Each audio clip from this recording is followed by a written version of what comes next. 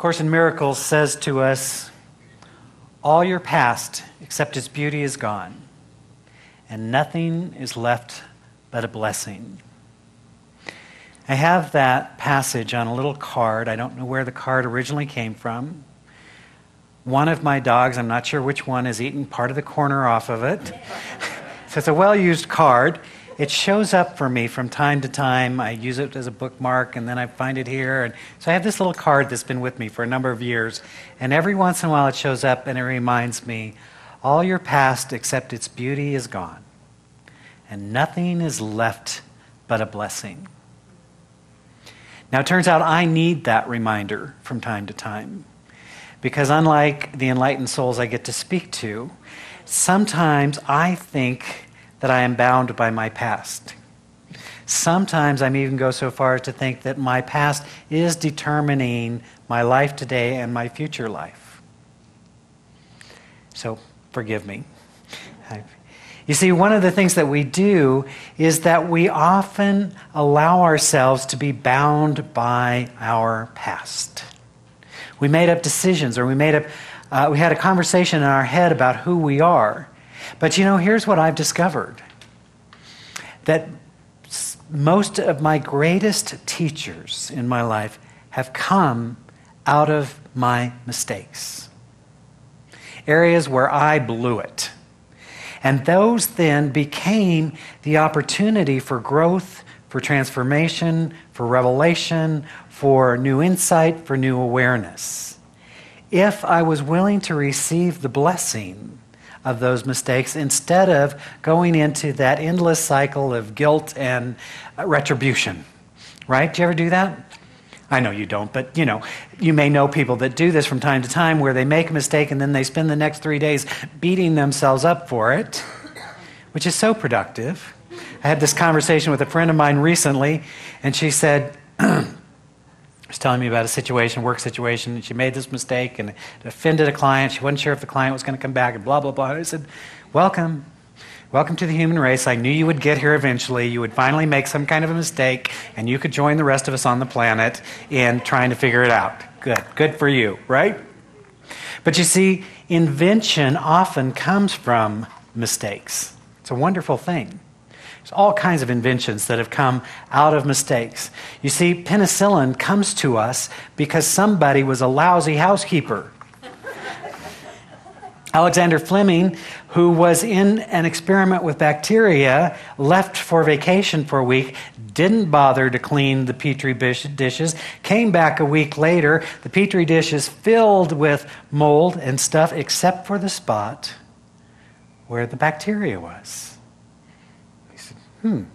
Why is that? And out of that, further exploration, we have a life-saving thing called penicillin today.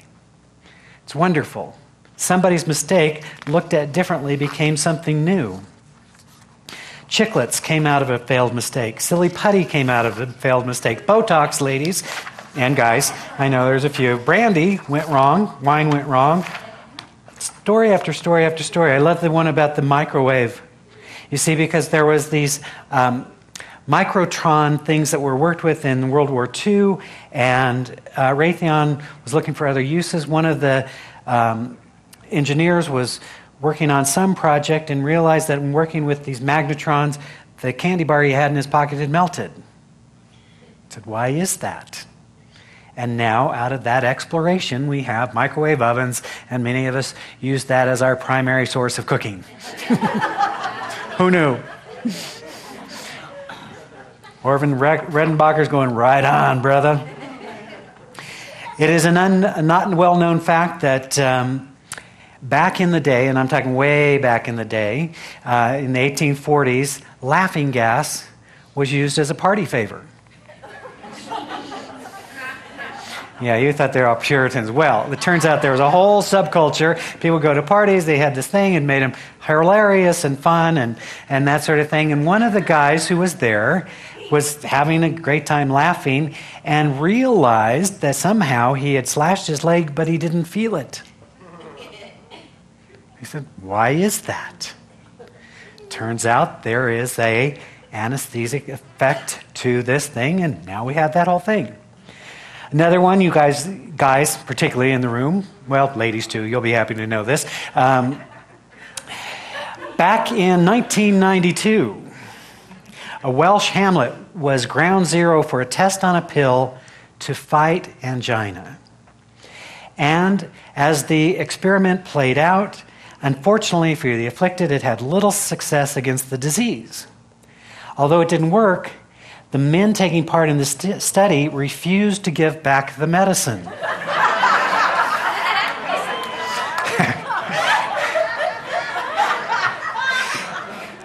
We now lovingly refer to that as the little blue pill. Fun facts. Now, tell me this. What other church do you go to where you learn these things?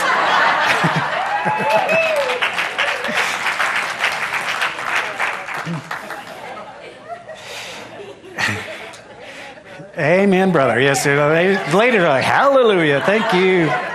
Some of you guys too, I know, I get it. Anyways, I digress. You see, what I love to know is that mistakes are only mistakes if we stop there. Otherwise, they're just part of our evolution. They're part of our learning process.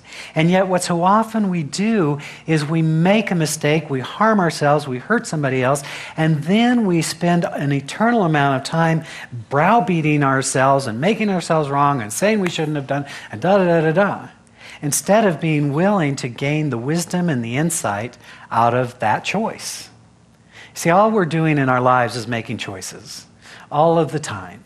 And you know, there's this mindset we have sometimes that and some of us even come out of traditions where we were supposed to be a certain way. We were supposed to act a certain way. We were supposed to believe a certain thing. We were supposed to conform to all of these ideas. And somehow you all ended up here. You didn't do very well, did you, right? Because we questioned that and we looked at that. So often when we're unwilling to just accept the errors and use them as transformative agents.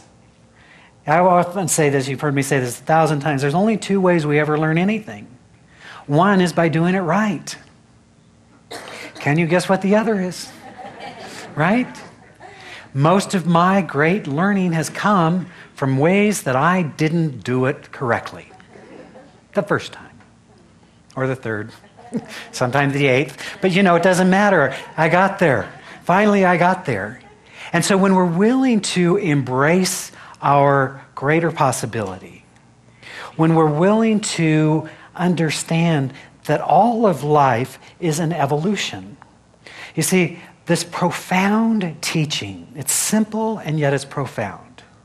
Because we are not saying that there is a God that lives out there that says you're good and you're bad and you get to go to heaven and you get to go to hell and you may get stuck somewhere in between, you know, right? We're saying we're living in a universe of spiritual principle. And at the very source of that principle, there's a divine life. There's a divine essence, a presence, a power, whatever you choose to call it. And that presence is always evolving itself into expression. And so it expresses itself through its creation. Follow this to its logical conclusion. It means the divine life is evolving itself through you and through me. It is becoming more. But you see, sometimes we operate as if evolution was not a thing. You see, we think that if it hasn't been, it can't be. But that is absolutely contrary to the nature of things. The whole evolution idea is new possibility comes into expression. It was this, thank you. It was this way, and now, lo and behold, it's this way. And yet sometimes we hold ourselves hostage to what has been, to who we have been. We hold others hostage to who they've been, when that is no longer the truth or the reality. Dr. Holmes said to us very powerfully, one of my favorite statements out of Science of Mind, is he says to us, principle is never bound by precedent. What does that mean? What he's saying is spiritual principle, spiritual creation is never bound by what has been. It is always evolving itself forward. But it can only evolve itself forward to the degree that we are willing to allow it so.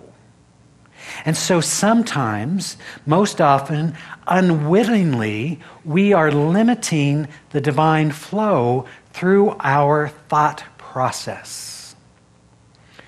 We say, we affirm powerfully and with emotion that I could never do X, Y, or Z, you fill in the blank. And we announce that to the universe, and the universe says, okay, I can do that, right? Not because it's so, but because we think it's so. It's an interesting paradox that we are not who we think we are, and yet we are who we think we are, right? We are not who we think we are in that we are divine emanations of a one living spirit. We are an unlimited potential. Maybe we don't always affirm that for ourselves each and every morning as we get out of bed. But that's who we are.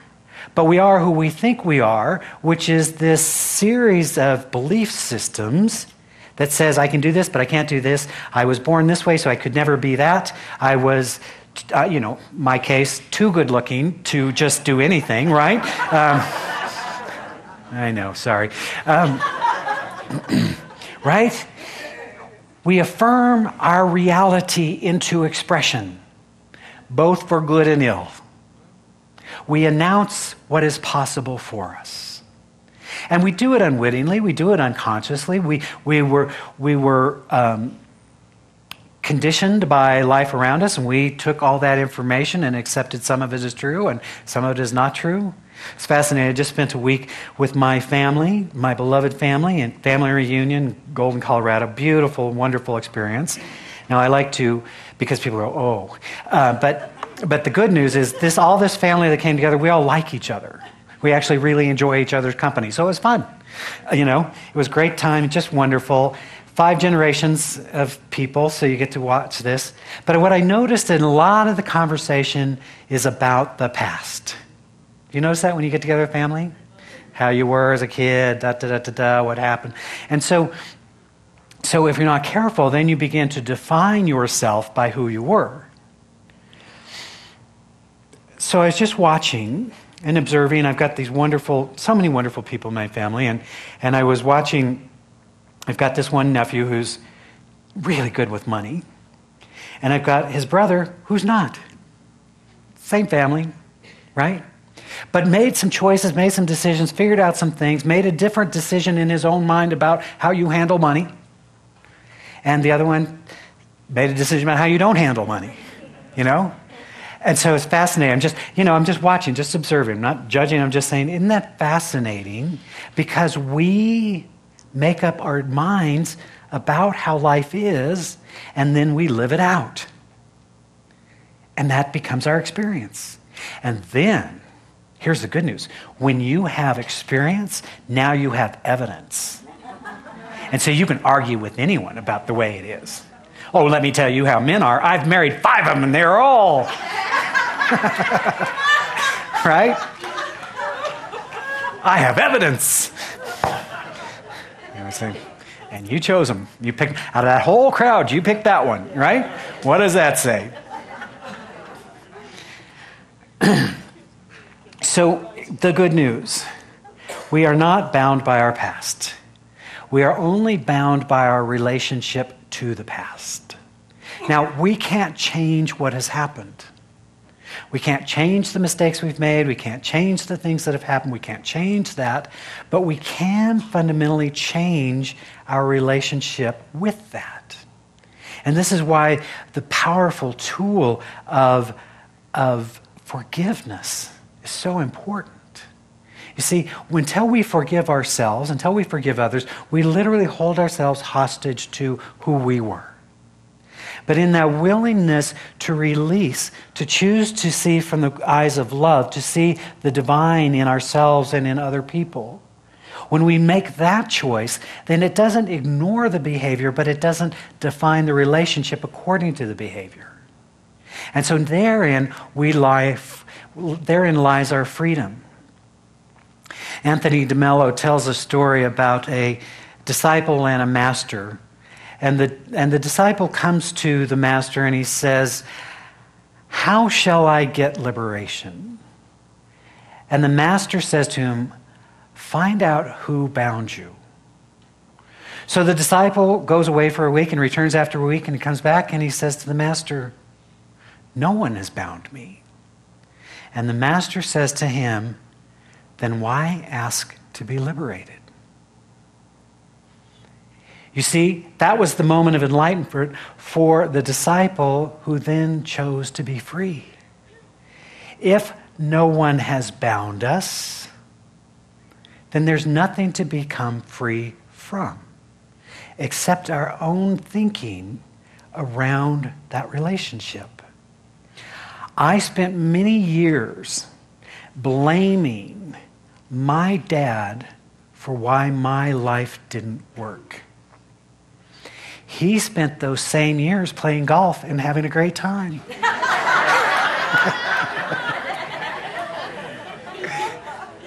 How dare him? Here I am holding all this energy, and you're just letting your life work?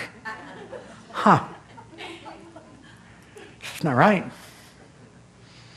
You see, my liberation came when I could see all he did the best he can. I was the one that made the decisions. I was the one that said, this is what this means, and blah, blah, blah, and I'm not lovable, and da, da, da, da, da. I was the one that did that. And so when I figured that out, then I could take responsibility and say, is it true? That's annoying. Is that not annoying when you think a heartfelt belief of truth is there and then you discover you just made that up? Good news, you can make up something new. See, this is what this whole teaching is about for me, is that we're always about making up our new reality. If we're not satisfied with what is, good news, you're not done. If you're still breathing and your heart's still beating, you got a shot at this thing, right? And if it's not, let one of our ushers know right away. we want to handle that. You can handle it in the next life, right? You see, that's the power. But you see, it requires of us some deep introspective work.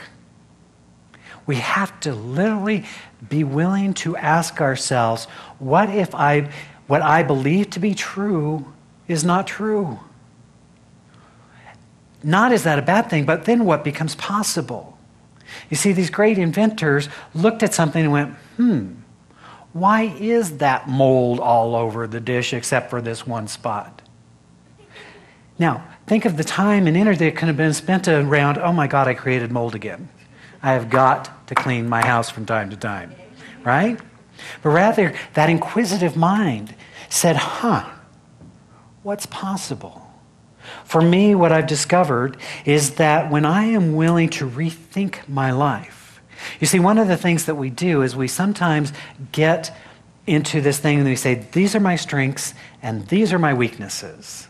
But what I've come to appreciate through my lifetime is that sometimes our strengths are our weaknesses and our weaknesses become our strengths. You see, I was sharing with Lynn earlier that one of the things they have you do as you're going through the School of Ministry is they have you take psychological profiles. And they come back to you, and I'm not sure why we do that. I think it's to protect you from us, but it didn't work so well that time, because here I am. But on mine, when I was graduating, their comment was, this guy thinks he can do anything. And it's true. I've always had this, like, if I don't know how to do it, then figure it out. For you youngsters, I'm going to explain a concept to you. So I would go to a library, which is a place where they have books, and I would check out a book, and I would, yes, today it's called Google. You don't have to go anywhere. It's on your phone. But back in the olden days, that's how we did it, right? You go, you get the information, you figure out how to apply it. That's a gift until it's not. Because what I discovered as I moved into ministry, and we had 800 different jobs that needed to be done in the ministry, and I think I can do anything. I tried to do everything. Lo and behold, if I didn't end up in burnout. Why? Because of those people. Right? Couldn't be me. Could not be me, right? And then through that crisis, I had the revelation, just because you can do everything doesn't mean you should do everything. And what's the important thing that only you can bring to the table? What is your gift? And so it turned out, I remember laughing with a friend of mine one time, a ministerial colleague, now this is back in the day, and he said, they can't fire me. I'm the only one that knows how to fix the fax machine. Oh. My ministerial colleagues would get that, because sometimes we were like, oh, right? Is that why you're here? You see? So the gift of that willingness to say, no, I'm going to just do what I am called to do, what is mine to do, to give my gift to the community, is then it opened up the space for others to give their gift, which was uniquely there to the community. The community that we are creating today is a gift-based ministry. It is not asking me to be all things to all people. It is saying, I have a role and everybody else gets to play a part here. What is your gift? Where will you find satisfaction in being of service to the community? So you can give your gift, the community can receive your gift, and we create this magnificent whole based around that. I think that may be a healthier model. Just guessing. Right? So sometimes what we want to do is to stop trying to fix our weaknesses, right? But look at what is our strength. What is ours uniquely to bring to the world? What is ours to be expressed? Why is it that the divine, with its current 7.5 billion possibilities, is choosing you to do something that it can only do uniquely through you? Why is that? I loved what Terrell said in her story. She went to Spirit in the midst of crisis, life not working. And she said, Spirit, what should I do? And Spirit says to her, be practical. Become an accountant. You can always get a job as an accountant. No. That is not what Spirit says. That's what the ego says, right? Spirit says, sing. You've been gifted with a voice. Sing. Spirit is speaking to each one of us if we'll listen and saying, give your gift. Reveal who you are. And we go back to Spirit and go, but let me tell you about my past. I tried that once. Spirit does not care and is not impressed. Right? So we're listening. We're allowing. Now I want to give you some warnings as you're listening to Spirit. Because what you get to find out very quickly is that it's going to get uncomfortable really quickly. When you step out into this new possibility, it will be uncomfortable. You wonder why people keep repeating patterns? You see people make progress, and then all of a sudden they're back where they were. You know these people? You married them? Yeah, I know you did. You either married them or you were them. I don't know. It's one or the other, right? But you see, Deepak Chopra says to us, in the wisdom of uncertainty lies the freedom from our past. Hear that. In the wisdom of uncertainty lies the freedom from our past, from the known, from the prison of past conditioning. Uncertainty is the fertile ground of creativity and freedom. What is known is comfortable. That's why we stay there. We say, I know I should take this change. But if I step out of my known and my comfort, guess what? It's called unknown and uncomfortable. It's like, well, I don't like that. I want the change that just eases me into it. I don't want that radical change. I just want like, today's a little better than yesterday, right? No, not the way it works. It is about being willing to be in the present. I remember Michael Beckwith said to me, and I've never forgot it. He said, what it's about is learning to be comfortable on the edge of uncertainty. Learning to step into that place, trusting not the conditions around us, but the spiritual impulsion behind the choice. And so when people make breakthrough, they make breakthrough because they've listened to the divine impulsion. Sharing with someone about my two primary role models for spiritual growth and evolution are Jesus and Buddha. I see in the life of Jesus this life of unconditional love, of compassion and forgiveness, a wonderful way of being. I see in Buddha this spiritual practice that learns to be mindful and allowing something to be different. So in those prototypes for myself, I see the evolution that's happened. Think about Jesus having this revelation of his oneness with the divine and what has happened over the last 2,000 years around that. Think about Buddha having this revelation of spirit, whatever you want to call that, of nirvana, and what has happened out of that revelation. They didn't say, all right, get me 12 disciples and get them to have 70, and when they get it, I will show up. Then I'll do my work.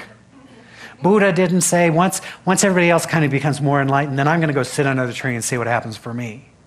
Right? They had the spiritual impulsion, and out of that, ripple happens. Well, that's simple enough. That's not shocking news. But if you look at your life, if I look at my life, sometimes I find myself waiting for the rest of the world to wake up. And then I'll engage. Once you get it, I'll show up here on stage, okay? Right? It doesn't work that way. Michael Beckwith once said, this is the truth of our own nature.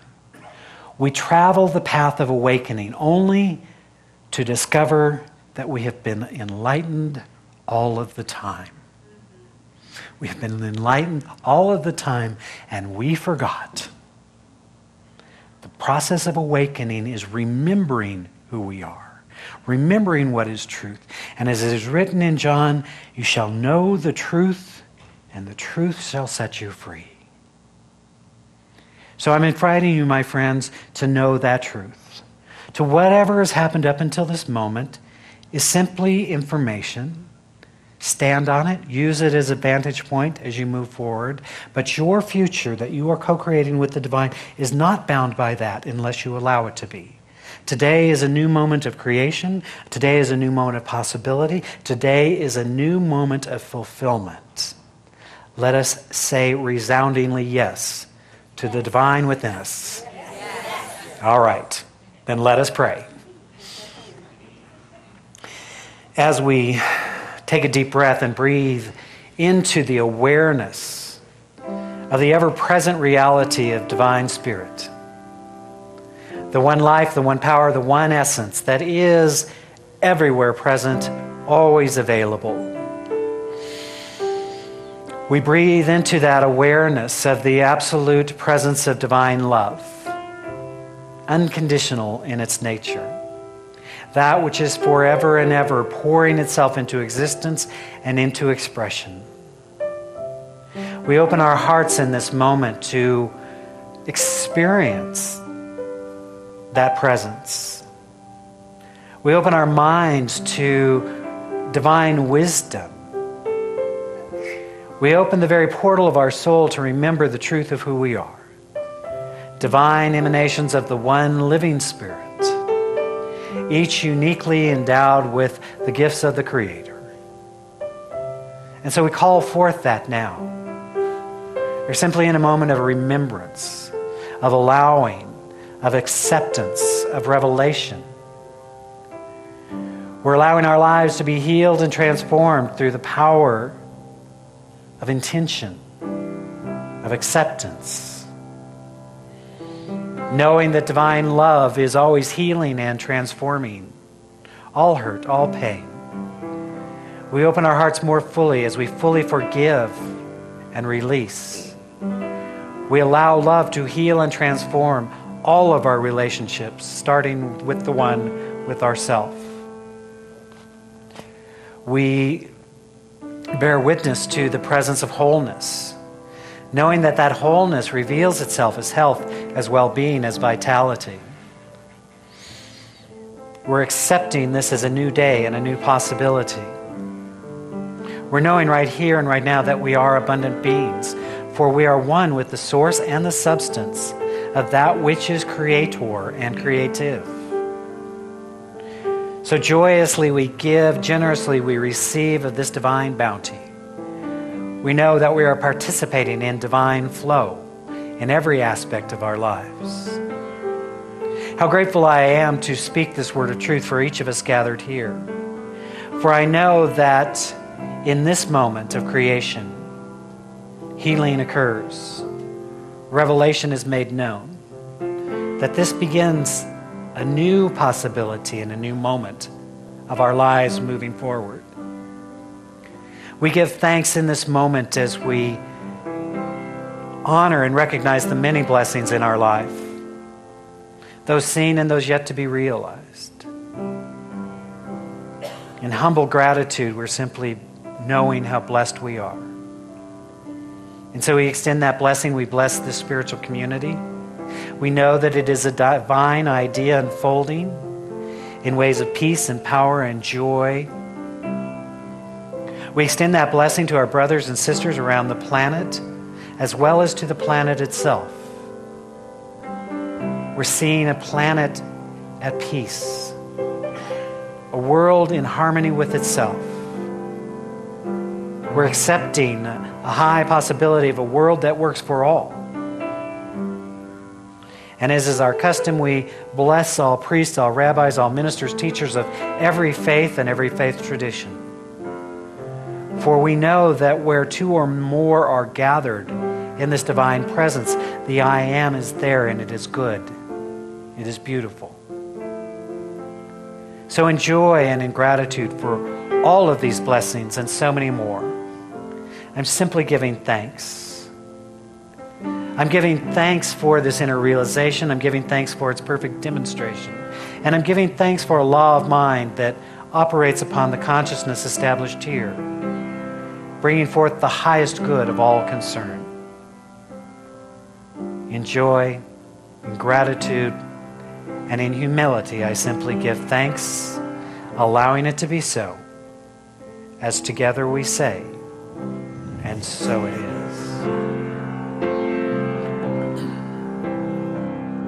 I am so blessed.